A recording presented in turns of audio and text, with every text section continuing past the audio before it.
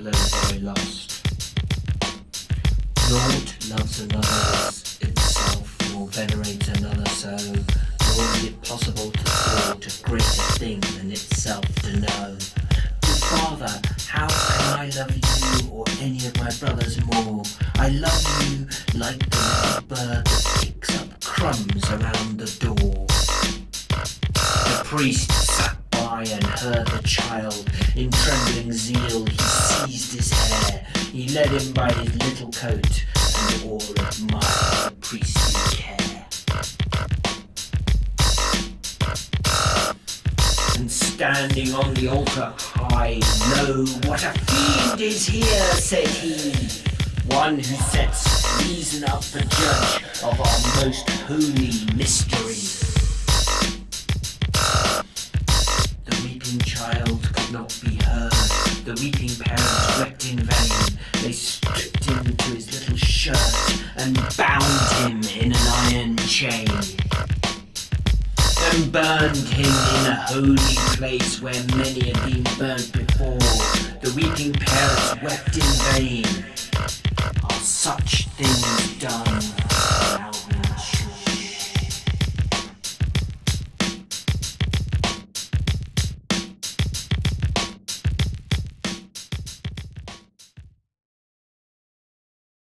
We have the story of a child who starts to sort of speak about love and how love works. So the child says, "Naught loves another as itself, nor venerates another so."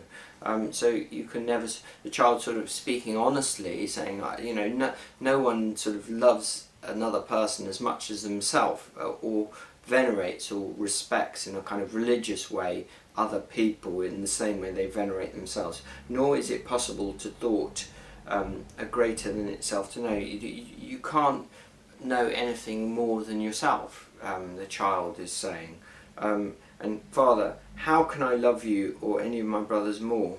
You know, how can I love you more than myself? That love starts in yourself. I love you like the little bird that picks up crumbs around the door. You know, I'm loving you just as you give me things. You know, that love is about an exchange of things. You give me crumbs, and I love the fact that you are sharing and giving me those things.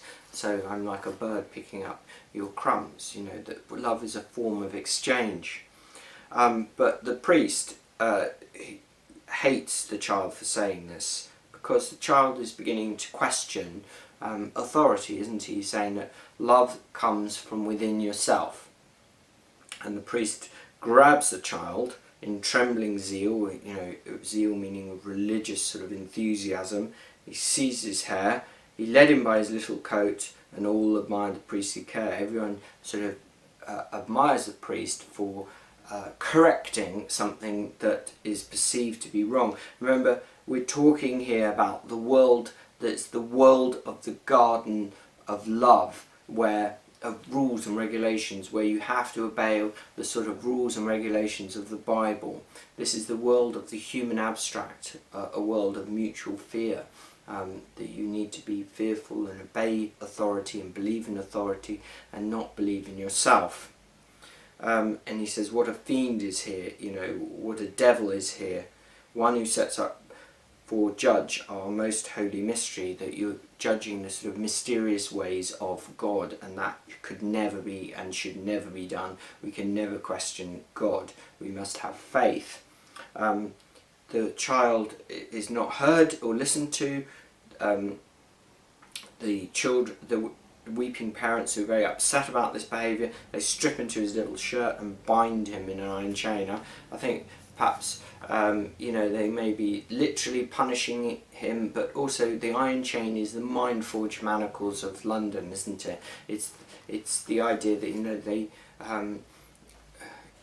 educate out of him, brainwash him into believing the ways of the Christian religion, that, you know, God is all powerful, that you must love God and not yourself, that everything comes from this sort of mysterious God. What we said in another when we're analysing other poems, Old Nobodaddy.